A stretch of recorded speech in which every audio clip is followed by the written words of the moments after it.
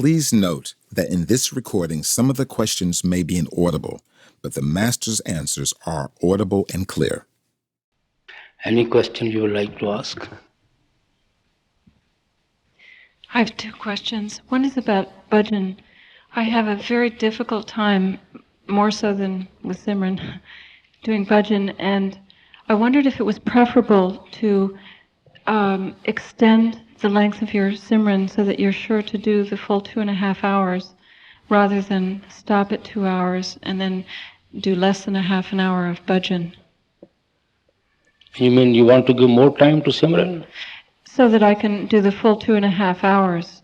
You can do it. But I mean, is it preferable to do that rather than to stop at 2 hours of You Simran? see, this distribution of time is generally. You don't have to be very rigid about it. Mm-hmm. It is a general distribution of time. You can give more time to Simran, less time to Shabad. Yes, please. Yes. Master, the other day you spoke about seva, and that seva is done out of love, and that when one does seva, it brings him happiness to please someone else. And personally, I've found that doing work for the Sangha sometimes is a struggle. It doesn't feel like it's done from love. It's a constant struggle with my mind, and I have to force myself. Well, if you're not happy to do seva, don't do it. But part of me wants to do it, but there is resistance from the mind to do it. And can that kind of work that's done for the Sangha still be called seva, even though it's not done out of love, even though there's a struggle with the mind to do it? Sister, it's not a forced labor. It must come out of love. It's not a forced labor. If you don't feel like doing anything, don't do it. Go and sit in meditation. Somehow that doesn't seem right. No, there's no obligation on anybody to do it. Oh, I realize that. It comes from within. But I also realize that it's necessary to do seva, money seva, and Simran, mental seva. Any type of seva one is capable of. That's okay. Mm-hmm.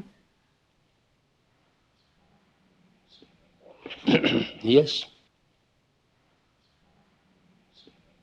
Maharaji, I have lots of questions, but I would like to ask you 3 right now.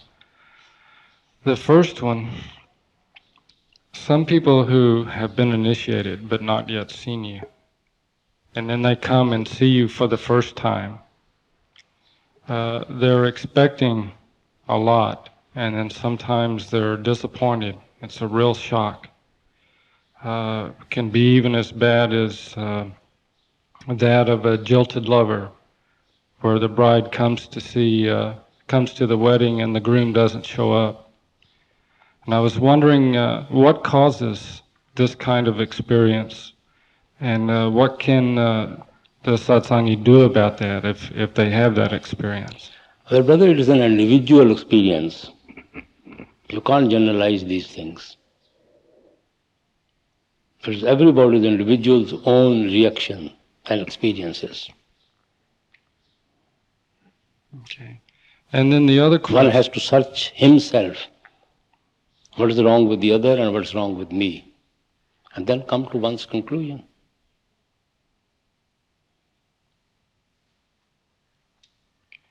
Then the other question is, love in the world is really attachment. When you're falling in love with somebody, you begin to learn about that person, and you begin to like that person, and you spend time with them, and you become very attached, and you say you're in love. How is falling in love with the Master, how is that attachment different, and how is that love different? Because attachment with the Master means attachment with the Shabad within. The real Master is Shabad, it's not the body. We go where our attachments are. Where does the Master go? So wherever the Master goes, our attachment carries us to that destination. So from that point of view, it becomes different. Then the last question is about Simran. About? Simran. Yes. At one level of Simran, the mind also seems to activate the speech center, where you're not actually talking and saying the words of Simran, but it's the tongue wants to follow along. And then there's another place of Simran where it's just the mind. Does it make any difference? You see, your mind should be fully occupied in Simran. 100% your mind should be in Simran, in repetition of the words. Then only you concentrate. Because mind can project many forms. Mind can do many things at the same time. It can do Simran, it can be in America, it can be in Switzerland, it can be anywhere. And also will be go on doing Simran. But our real Simran is that when mind is 100% in Simran, and all other things just vanishes from the mind. Then only we rightly concentrate. Thank you. Yes, anyone. Yes, Master. Many of us have been given businesses to maintain and to run, or we have to serve in positions of leadership, or to be bosses, I guess. And I was wondering if you could speak on the satsangi's role as a boss or as a leader, and also in connection with that, how we should deal with those negative elements that sometimes one finds in business, the people who are sometimes very disagreeable in commerce. Boss in the seva or boss in your jobs? Boss, to deal as a boss, to be a leader in a... in seva or in your job? In my job. Well, discharge your duty as a boss. Well, be a kind and loving boss. It doesn't mean that we shouldn't be a boss. We can be a pleasant boss also, a compassionate boss, a kind boss, a good boss, an accommodating boss. Human nature should be there.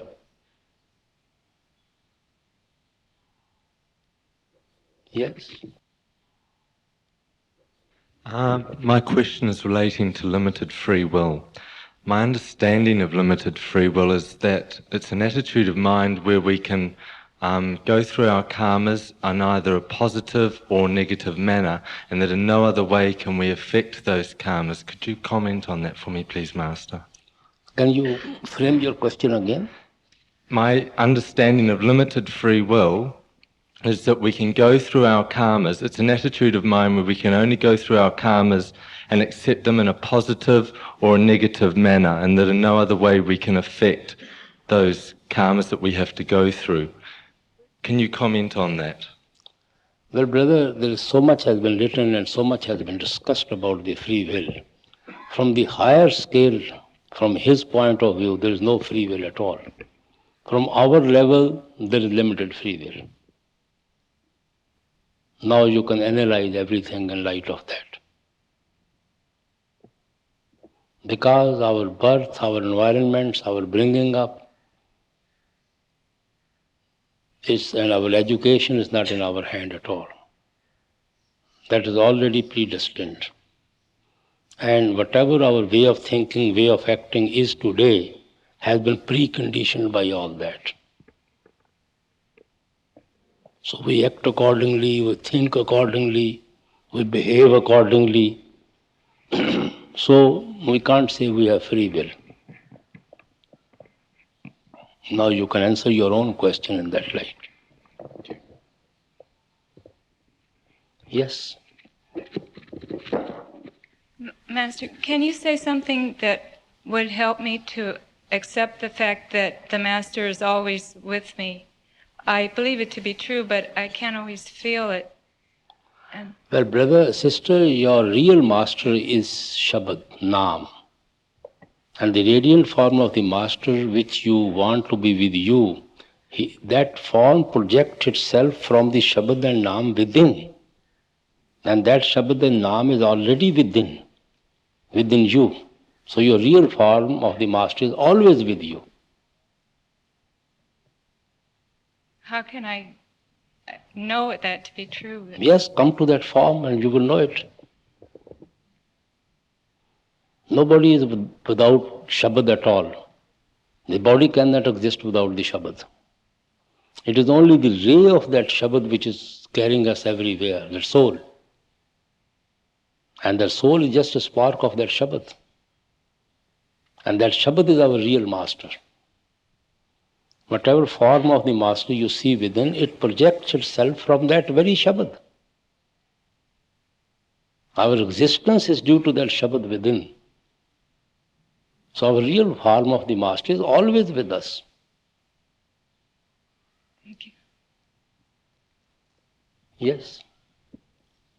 Master, I have a child of 3 years old, and in the mornings when he wakes up, he says that he's been with the Master in his palace.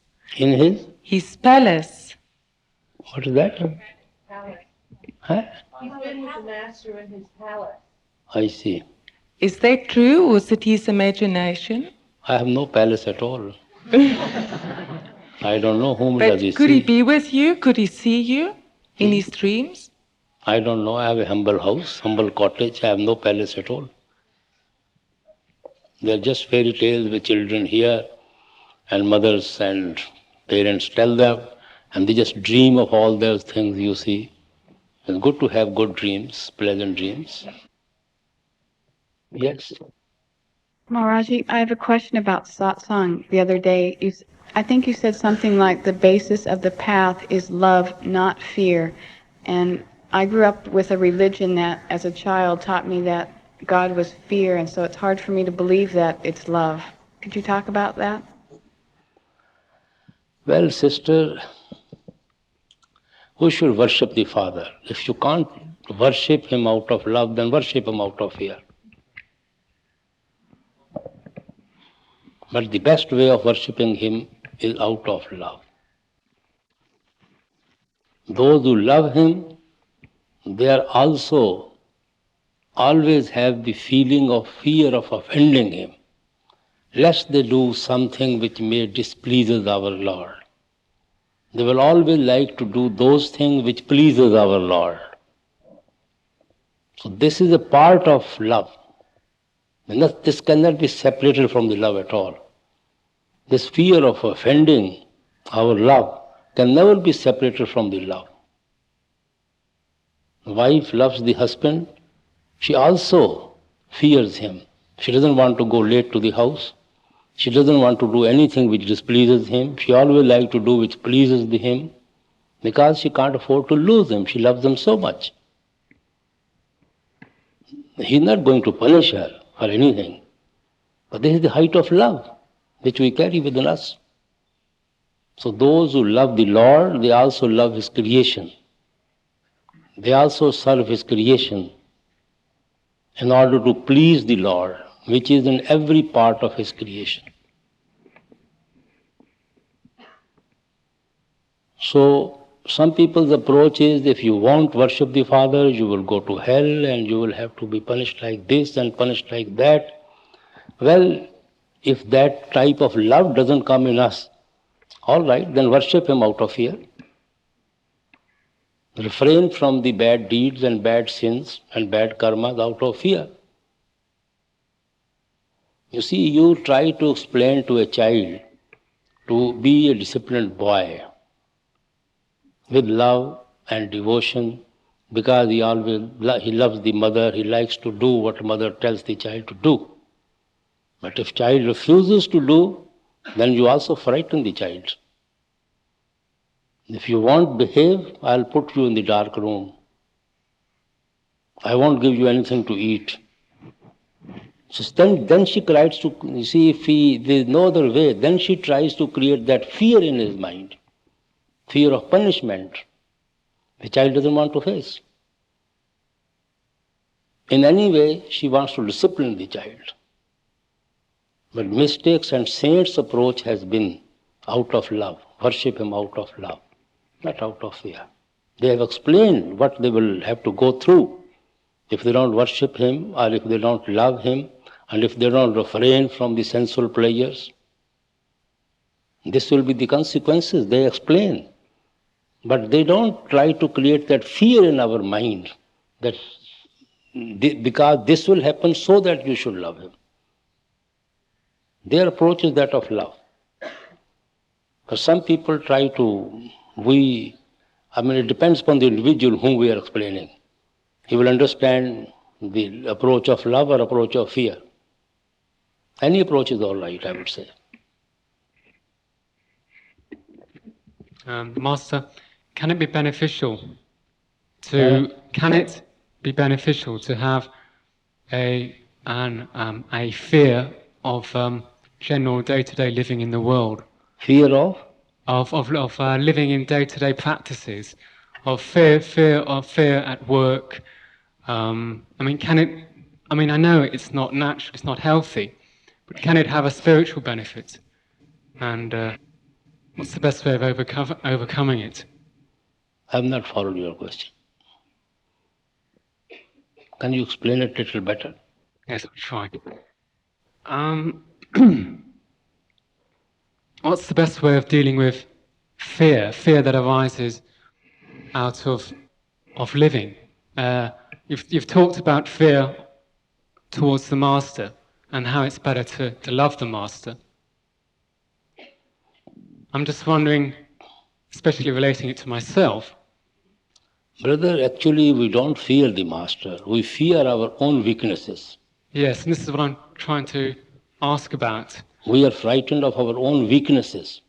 We are not frightened of the Master. I see. So in other words, the question has already been answered. We are just frightened of our own weaknesses. Yes. So we think we fear the Master. Yes. Master is not frightening. So in other words, it's the only true way is to have no fear at all. You see, the Lord is always forgiving.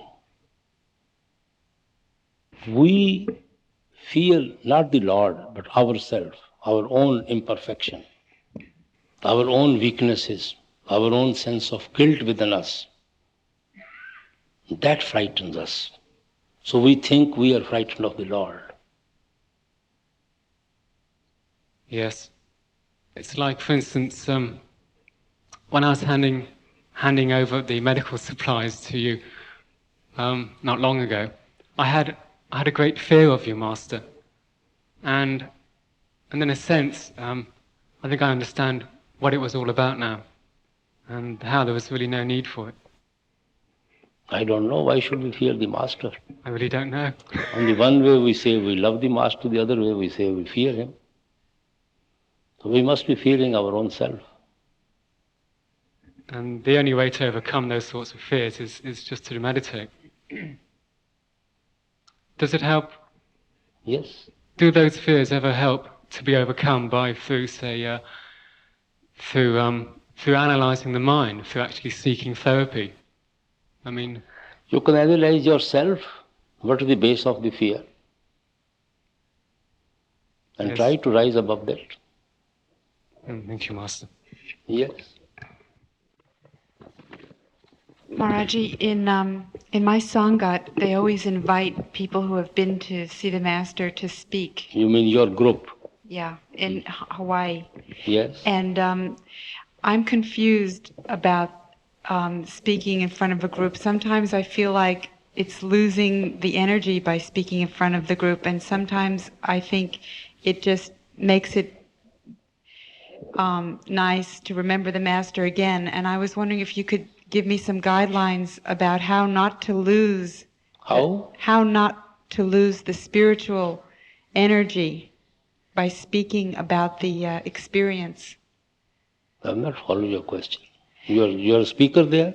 I have been invited to speak when I get home. You open your heart. Let your heart speak, rather than you phrase your sentences. Thank you, Maharaji. Let the heart speak what it feels. Yes, please. Master, how can we experience real forgiveness? How can we? How can we experience real forgiveness and not just intellectual forgiveness? What do you mean by experiencing a forgiveness? Mean the other people has to forgive you, or you have forgiven somebody and then you want to enjoy the feeling of forgiving somebody? What do you mean by experience of forgiveness?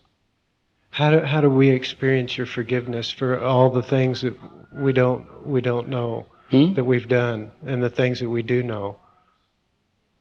No, you have not answered my question. You say experience the forgiveness. You want to forgive or you want to be forgiven? Both. Then forgive and ask for forgiveness.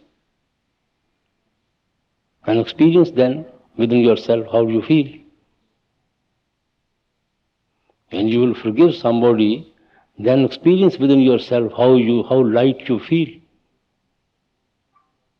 There's a great pleasure in forgiving,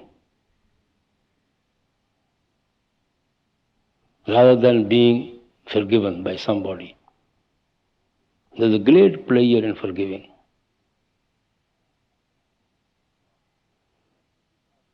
Thank you. Actually, we are helping ourselves by forgiving someone.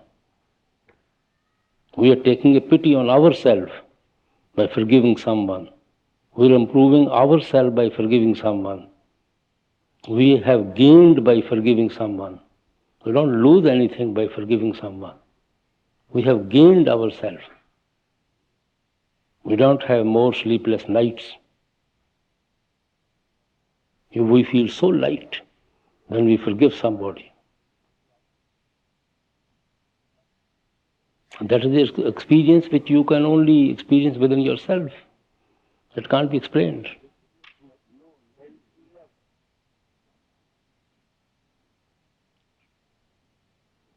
Yes.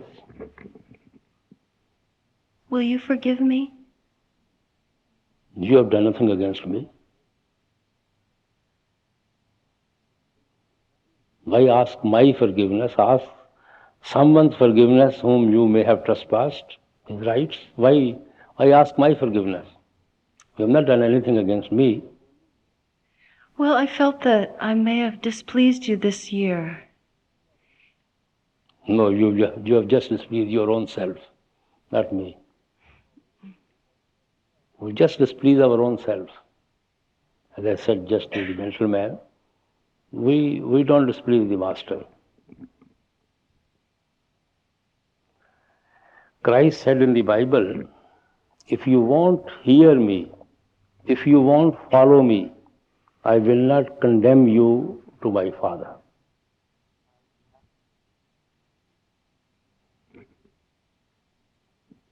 He said, I will not complain to you, my Father, at all if you don't hear me or even if you don't follow me.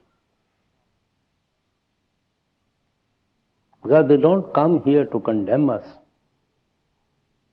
They have come here to pull us out of this creation. We are already condemned. We are already burden of the mind, full with these weaknesses. And they have come to help us to rise above them, not to make us conscious of what we are going through. So Master is not displeased. Sometimes we are unhappy with ourselves. Yes, please.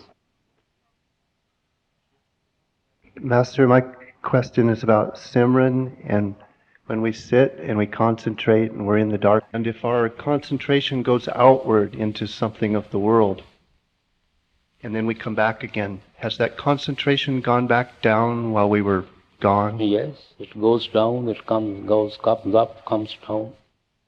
And does that concentration rise more difficultly as it gets higher? Does it rise easier when it's lower? Naturally. It's easier to fall and difficult to rise.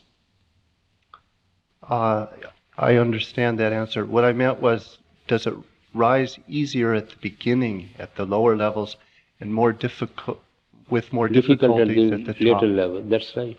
Yes. That is right. Thank you, Master. Yes, please. Maharaji, I have a couple of questions. Please. One is in behalf of the young Sangis and many uninitiates who are going to be probably drafted and in the worldly situation, the way it is. I was wondering if you could give some suggestions or advice dealing with this. I'm not following your question. Well, for drafted, if... Well, that's the rule of your own country. And you should follow your seniors' orders, your leaders' orders. Well, brother, we have to be good citizens. And you know best how to be a good citizen of your own country. Even if you have to live with yourself, you are also to live in the country. So you have to steer through. You have to find ways and means to steer through. Even if it means killing people, even if it means taking souls and taking souls. Well, if we have no intention to kill anybody, we will not get the opportunity to kill anybody. Our intention should be very honest, not to kill anybody, and try to escape such situations. But if you can't help it, then it must be your providence. But we should not find excuses to kill anybody. We should try to escape from such situations as far as possible. My other question is, I heard that it's true if you criticize someone, you actually gain karma. You gain karma. I was wondering if that's true also. You are? Gain karma. You take on their karma, yes. Take other people's karma? Yes. How? I don't know, I've heard that from someone. If you By criticizing? Yes. Criticizing what?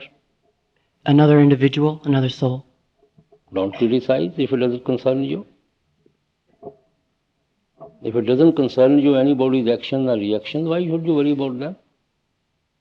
Let him face his own providence. You remain aloof. Why should we sit on judgment on others?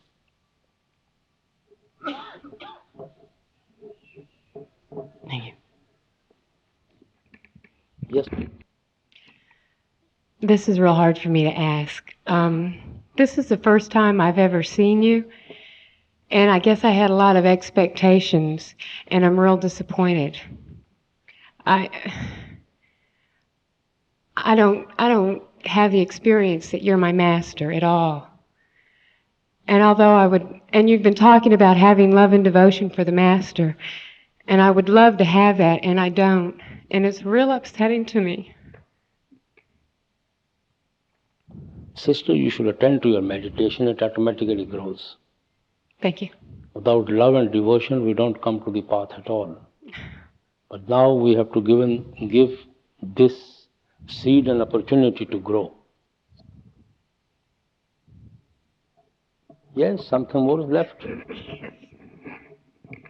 When it comes close to the time for an individual to pass on to the next level, when it comes time for a person to die, how do you notify them that they are going to go? You mean notice is very essential to give them that they are going to die? Well, for 15 years I've understood that you do let the disciples know when they're going to... Have you received any notice till yet? I've been wondering about that. So if you haven't received the notice, you are living very much. Why worry? I love you.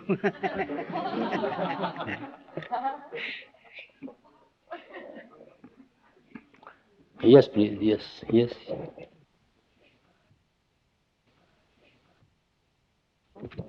I feel somehow that when we have initiations back in England, that one just doesn't get the love through. Pardon? When we're initiated in England, it's not nearly as special because you're not there. And it's very hard to bear that. Because when people come to want to be on the path and they read the books and they want to be initiated, their greatest wish is to be initiated by you. And of course, it's not possible. Well, sister, that is why we try to give them opportunity to attend these initiation when they happen to come to India. But you know, when you see your Sevadars and the people in a group all being helped put their hands in the right positions and to be given the words, it's just somehow so much more wonderful than it is when we're back home. Because, you see, people are simple people, they have to be explained rightly. I feel just as simple. So they should be rightly explained. Yes.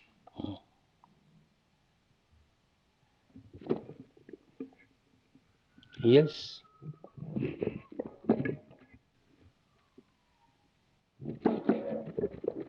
Maharaji, I have an interest in things like astrology and palmistry and tarot card reading. I've shied away from this, thinking that it's an ego thing. Is there a place for this on the path? Is it of value for personal growth?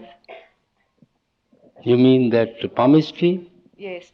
Things like palmistry or astrology. Then you want to... To do readings for people or to receive readings? Well, sisters, at the most, palmistry or horoscope or whatever that science may call it, you'll be able to know what you're going to face in future. It means whatever you're going to face in future is destined. If it is destined, it means you have to go through no matter whether you like it or not. And why do you want to know? I use these mostly as a tool for what's happening here and now, not so much for the future. Then? Not so much for what's happening in the future.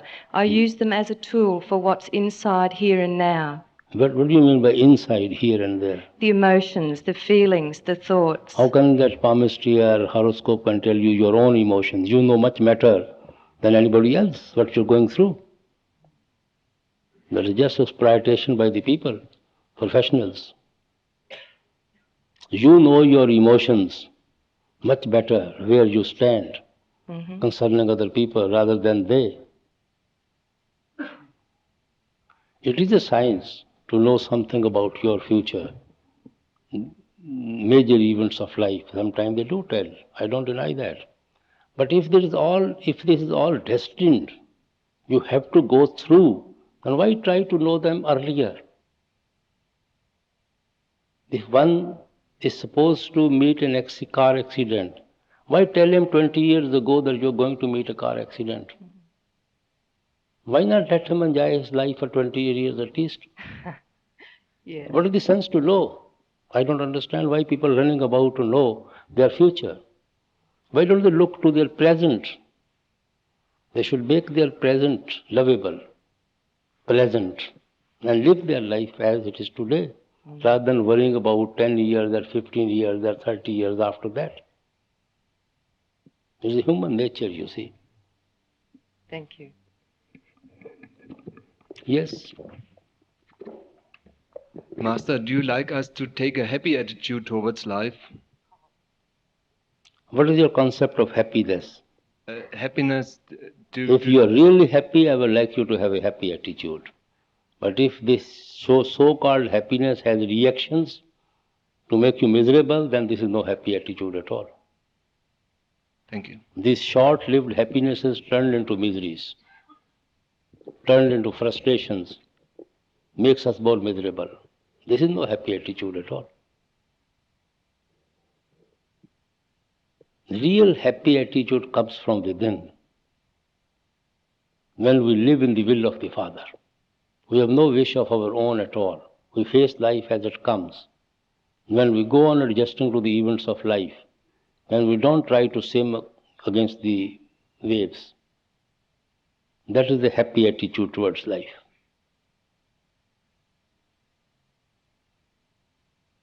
Because events of life are not going to change. We have to adjust to the events of life. Happiness lies in adjusting to the events of life which you have to go through. Because they are not going to change. So we have to change our attitude accordingly. Summer has to come, winter has to come. Nobody can stop that.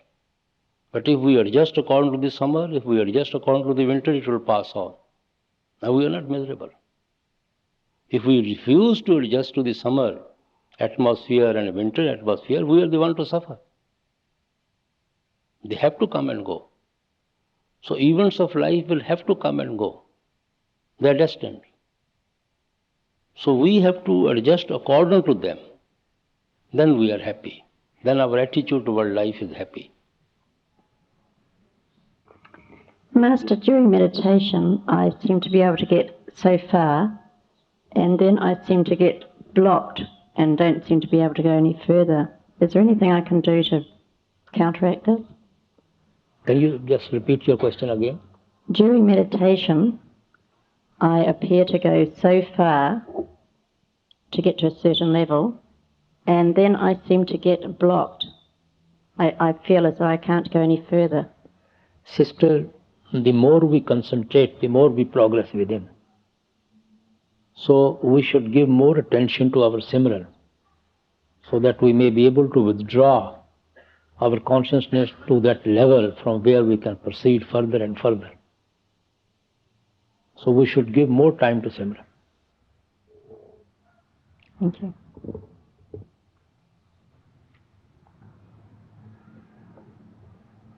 Don't tell me that this time we have got unusually a quiet group.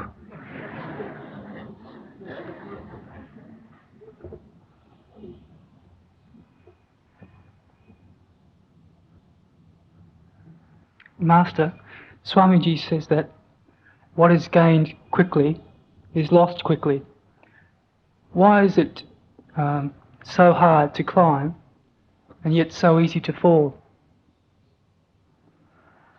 You mean to say that why it is so hard to make a progress and so easy to fall? Because our mind is so used to these sensual pleasures that it always tries to run to the senses. And as long as the tendency of the mind is toward the senses, fall is there always. And it has since ages and ages separated from its true home, true destination. So it becomes very difficult for us to detach ourselves from the senses and make progress within to reach our own destination. So naturally it is easier to fall and difficult to make progress within. The tendency of the mind since ages is downward and outward. Unless the tendency of the mind is inward and upward, we do not make much progress.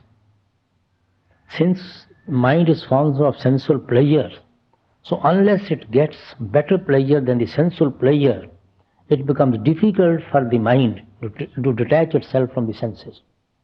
And that better pleasure is within every one of us, right at the eye center. So it's difficult to withdraw from the sensual pleasures and come to that point where we can be in touch with that better pleasure or with that living water or with that nectar. And that is why the progress is so slow.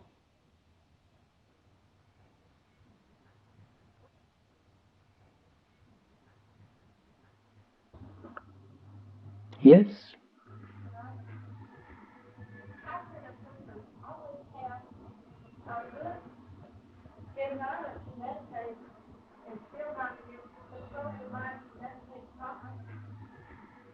You mean to say, in spite of our best efforts, that we have good environments for meditation and yet we don't make progress?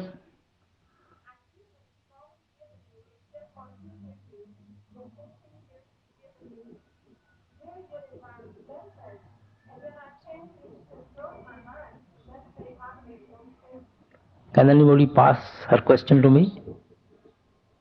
Because I have not been able to understand. I am rather becoming deaf. Yes. Yes. Yes. And yet, I'm like a lazy person. I don't seem to be able to control my mind. Sister, it is not only the environments which helps us. You see, it is the detachment of the mind from the world that helps us to make progress within. So unless we are fed up with the world and we have longing to go back to the Father, We have devotion and love within us. This is pulling us towards the Father. We don't make progress. The only environments won't help us. The pull should also be from within. Well, the Lord is there to give that pull to everybody. When He has sown a seed, it has to sprout sooner or later. If the seed is not there, there's nothing to sprout. If the seed is there, then it just needs the nourishing to become big tree. So His grace is there, and naturally His pull also will be there.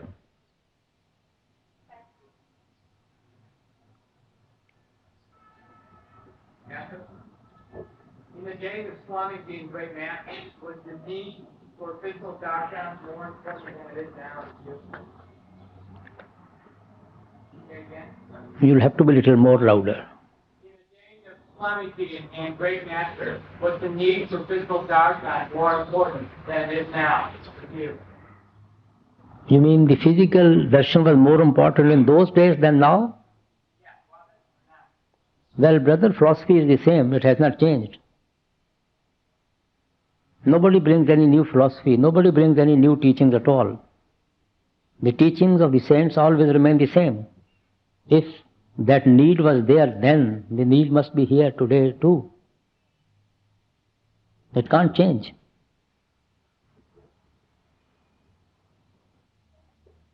Yes.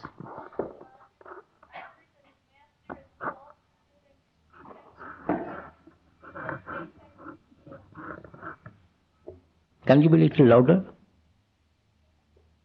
I hear that the Master is fault forgiving and defect concealing. What does defect concealing mean? Then what is the problem?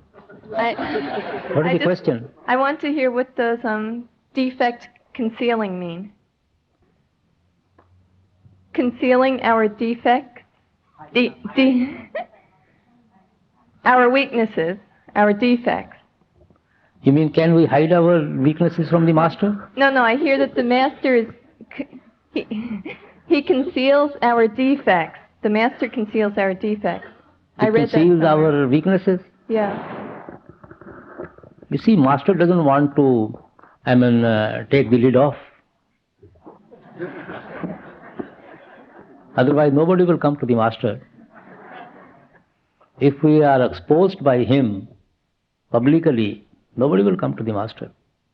And even in privacy, in private interview, nobody likes to hear something against oneself. Because we always justify our weaknesses. And we like Master to accept our justification. And moreover, you see, there is no sense for the Masters to expose us. He has come to redeem us, to help us, to rise above those weaknesses, not to expose our weaknesses. What will he get by exposing our weaknesses? His main object is to pull us out of the weaknesses and take us back to the Father. That is his main object. But for our weaknesses, we won't be here. We are here, part of this creation, due to our weaknesses. And our weaknesses are not hidden from anybody, not from him. So what are they to expose? He is only to help us to go back to the Father. As Christ said, I will not condemn you to my Father. Because we are already condemned. What is there to condemn what is there to condemn a condemned person? Then we are part of this creation, we are already condemned. We are already full with weaknesses. What is there to expose about them? The moment we rise above the weaknesses, we rise above the creation also. These are our weaknesses which are pulling down to the level of creation. So they always come to help us.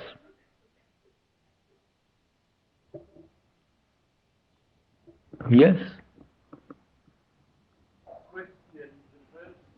Let this lady ask. Yes, please. Okay. When we lead our lives recklessly or carelessly and don't act like responsible adults, does that place a burden on you? Sister, we have to carry our own burden. You see, it is the duty of a general to arm a soldier to fight on the front. The general doesn't go to the front to fight. His support is there, his help is there, his guidance is there. And he guides him, he arms him to fight the enemy. But for the general who is at the back of it, soldier will never be able to fight. Fighting has to be done by the soldier. It is not to be done by the general. So Master is always there to support us, to help us, to guide us against our enemy, to arm us to fight our mind. But we have to fight.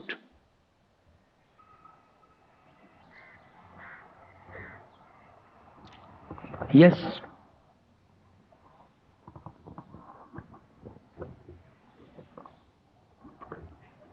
This question refers to the role of the living master.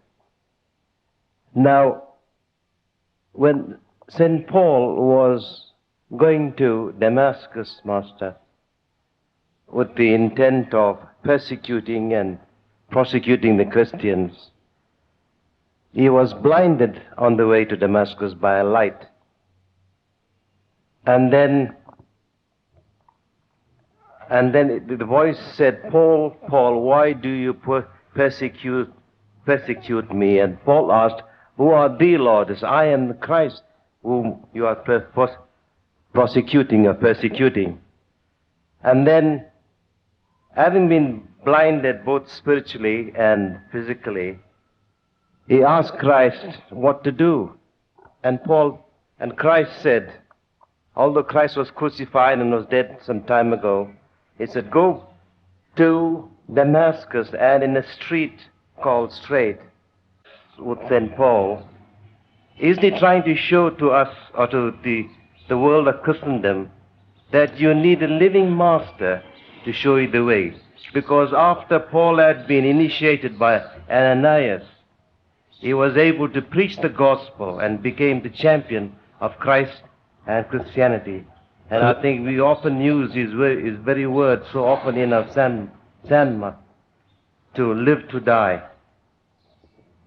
So what I'd like to comment on the Master is, in this respect. Well, brother, it was conscience of St. Paul which was troubling him, what he's doing. And it was his higher conscience within him which guided him to that mistake. And due to the grace of the Father, his pull was there. Father's pull was there within. And it is his own conscience which was bothering him, which was guiding him, which was telling him, higher consciousness, that what you are going to do is wrong. And you should go to that mistake who will give you that light. You see, our conscience always guides us. Whether we ignore it or we accept its advice, or more or less everybody's conscience advises us from within. And that led St. Paul to the right person, who could understand the teaching of Christ from him. He has his own ways and means to pull people to the mistakes.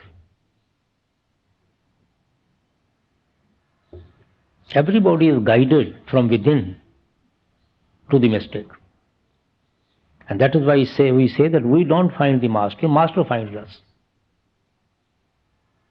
And everybody has a different ways and means to come to the Master. So he was guided in that way, you see, to that mistake.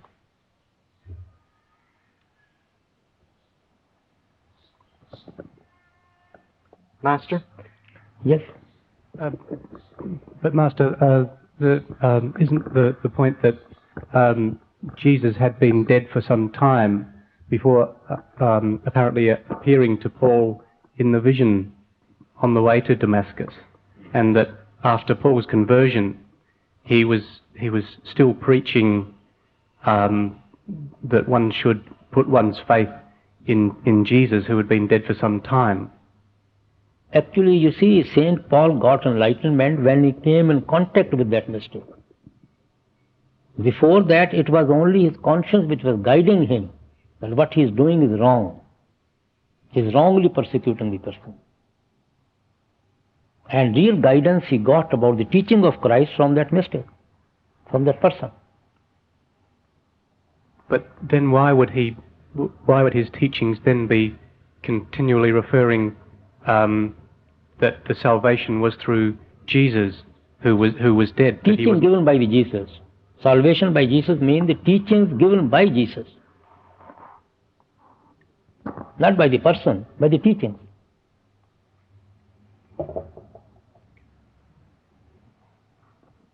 Yes. Master, as Westerners, we tend to put a lot of emphasis on our feelings. Emphasis on? Our feelings. Feelings? We tend to put a lot of emphasis on our feelings. Yes. And it seems that the more in touch I get with my feelings, the more miserable I am. And I wondered how much attention should we pay to these feelings, to our feelings? Sister, the word feeling is a very comparative word. What type of feeling? Which feeling? Pardon? What type of emotions? What type of feeling? Anger. Love. Love. Then? They are both, you see, both apart. One feeling pulls this way, the other feeling pulls that way. It's a roller coaster. And it seems that they control us so much. Well, sister, these are the expression of the mind. This is how the mind expresses itself.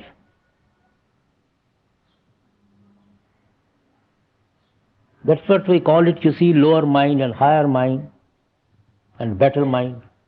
It's all the same, it's a mind. Same feeling. Mm-hmm. Same emotions pulls you downward, same emotion pulls you upward. Mm-hmm. Thank you. Master, I'm over here. Yes, please. I'm over here. I'm supposed to be screaming? The more I read the books, the more I am aware that there are many esoteric truths that are not revealed to the disciples, that only the Master knows about. As we progress on the path, and when we really see the Master inside, are these truths revealed to us, or don't we really care when we get to that stage? Well, sister, you are right to a great extent. We are only given that much which we can digest, which we can understand. And when we make spiritual progress within, many things unfold themselves to the level to which we reach, to the level at which we can understand those things. A child, you try to explain him all the mathematics, higher mathematics, he will not be able to understand him. You have to tell him from 1 and 1 means 2. So we, at the beginning, are just given bare minimum knowledge to understand, I would say, so that we may progress. Then we make progress within. Then many of our doubts just dissolve themselves. They become meaningless for us. And many things are unfolded to us within, which we realize that we know, we understand, and we grasp them in their true perspective. The more we are spiritually make progress within.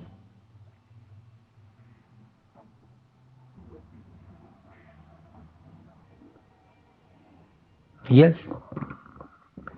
Master, would the study of mathematics or higher math help in concentration?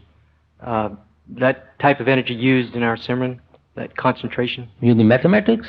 The study of it help concentrating, studying mathematics and using that concentration to study mathematics. Would that help in our meditation? That type of that helps you to get better knowledge of the mathematics.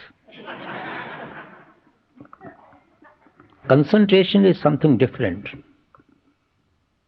Concentration, if we are trying to do Simran, keeping our attention here at the eye center, then you will succeed in concentration.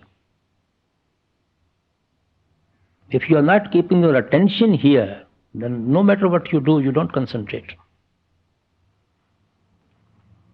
Yes.